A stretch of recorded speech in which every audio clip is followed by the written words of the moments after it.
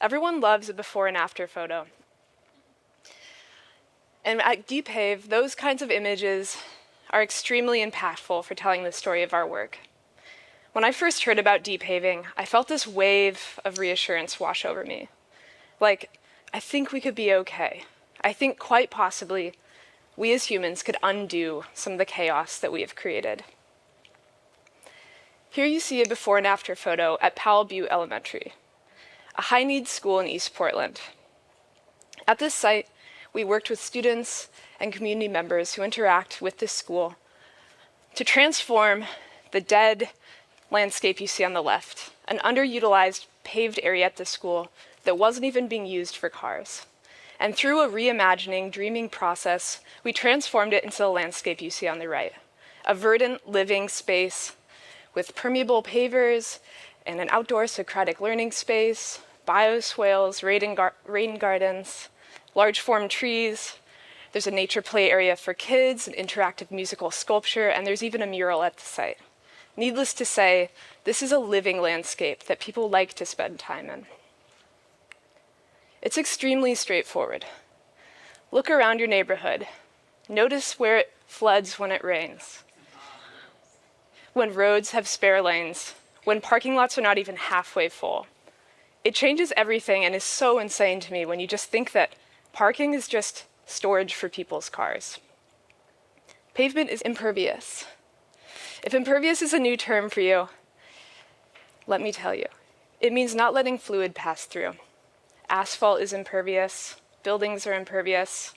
Now you have a sexy new term for your favorite rain jacket. It's important to understand this because when it rains, storm water runs off of our roads, off of our parking lots, carrying contaminated water through artificial drainage networks and into our rivers. This is a problem because if we do not allow the earth to naturally reabsorb water through natural systems like rain gardens, we're not allowing ourselves to combat issues like drought and also flooding and other issues. It compounds. And urban tree canopy in the US is declining while impervious surfaces in our cities are increasing. Did you know that it can be 40 to 60 degrees hotter on pavement versus unpaved areas? Due to a phenomenon called the urban heat island effect, cities can be 1 to 7 degrees hotter than surrounding suburban and rural areas. Here's an actual satellite image that you see on the right. This is produced by infrared satellite data from NASA, showing that the land surface temperature at Powell Butte Elementary was decreased by 2 whole degrees because of depaving this site. This is huge for students and teachers who use the building next to this previously underutilized paved area. They've actually told us that they experience cooler temperatures in their classrooms, and the whole community who has access to this space appreciates having this living, verdant space to go spend time in. Extreme heat causes a myriad of issues. Pollution like greenhouse gas emissions, decreased water quality, heat-related illness, increased energy use for cooling, and the issues continue to compound. Since 2008, we have helped nearly 80 community sites transform underutilized paved areas into new imagined landscapes. And most of this is done with volunteer labor in fun, joyful depaving events. As activist and organizer Adrienne Marie Brown once said, organizing is science fiction, that we are shaping a future that we long for and have not yet experienced. This is something I'm really interested in. How can we create conditions in which people are invited in to dream and join us in this transformational process? Here's an extremely dangerous intersection in Portland, Oregon. Businesses and neighbors in this community describe this space as a death intersection because of the traffic violence they've witnessed here. 21% of all accidents that take place at this intersection involve cyclists and pedestrians. I personally was the first responder to a near-death cycling accident, and needless to say, it was truly traumatic for me. I pressure wrapped the person's head and held his skull on my lap as we waited for an ambulance. The diagonal road you see through this intersection historically was actually an indigenous trail connecting the Willamette River to the Sandy River Delta for hunting, fishing, and foraging. When white settlers came to this land, this road became one of Portland's first roads, now known as Sandy Boulevard. In January 2022, I came to Depave, very excited and stoked to get to work for this organization that was kind of my professional dream. And I was tasked with creating an outreach strategy for a project that we envision at this intersection. We want to remove pavement and replace it with a living, verdant green space, a community plaza that invites in people to spend time there and to interrupt and disrupt the traffic violence. This intersection is in a part of Portland called the Central East Side Industrial District. Historically, this space has been known as an industrial sanctuary, and for that reason, as you might imagine, there's very low tree canopy coverage and very low green space. This is a problem because by 2035, it's anticipated that 7,000 new households will be moving into this neighborhood. And they won't have a place to go outside to spend time on green space, under tree canopy, and we want to change that. Because our work involves land and land use, it's important that we contextualize it historically. In 1934, FDR created the Federal Housing Administration and the Homeowners Loan Corporation. In response to houselessness due to the Great Depression, he created these entities as part of his New Deal. He wanted to create a pathway to homeownership. This is a nice idea because people were becoming homeless, as we may be seeing today. However, what ended up happening was the HOLC creating a series of maps to determine risk to lenders. Different parts of cities were mapped and outlined in red, as you see here in this map of Portland. And the existence of even a few black and brown families in different parts of the city were enough for those neighborhoods to be deemed hazardous to lenders. Our project site exists in one of those red areas. Just for context, green areas on this map were deemed good, safe areas for lenders, and those were white and white-collar neighborhoods. This relates closely to our work because today, look at this land surface map that we see on the left to map surface temperature across Portland.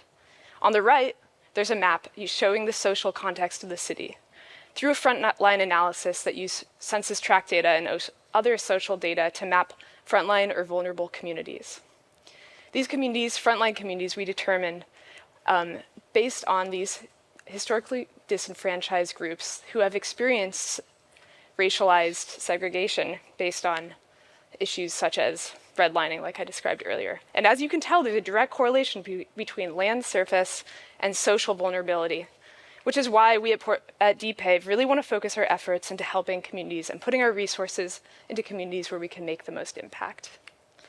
So going back to our Green Plaza project, we partnered with GroundScore, a worker-owned collective organization based in Portland. We developed a survey to conduct into the cycling community, the urban design planning community, and even the houseless community who lives in the neighborhood where this intersection is located, to learn what people wanted to see in this space. We offered 3 different traffic treatment plans to the site, and unanimously across community groups, people voted for the cul-de-sac, which meant closing 7th Avenue, removing the most amount of pavement, increasing the most amount of green space. And that was exciting, right? People agree with us. They want to see more green space here. We used a variety of visual assets as tools in this dreaming process to help people reimagine what that space could be today and in our future. Coming into Depave, I was excited about how to make this project more engaging and more well-known to people beyond the people associated with organizations we already work with. So I planned a large-scale outreach engagement activity, a block party. I wanted to make urban planning fun and interesting to people, and so I wanted to invite people into this design process by inhabiting the public right-of-way and filling up the street. So we applied for permits through the city of Portland to close the street entirely and to make a visual spectacle where people would see us from the street and actually be curious and get interested in our work. So we worked with a variety of local nonprofits. These are teens from Friends of Noise who are being trained in using sound engineering and design work, and we hired them to provide sound for hours of live music. We've held 2 of these events, the last weekend in July, last year and then this year.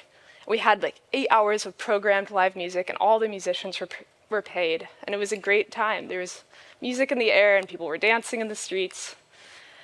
I worked with a variety of local artists and small businesses, invited them to be vendors at the space, and this created an open-air market. It brought commerce into this space that we had created, a pop-up, living, breathing community.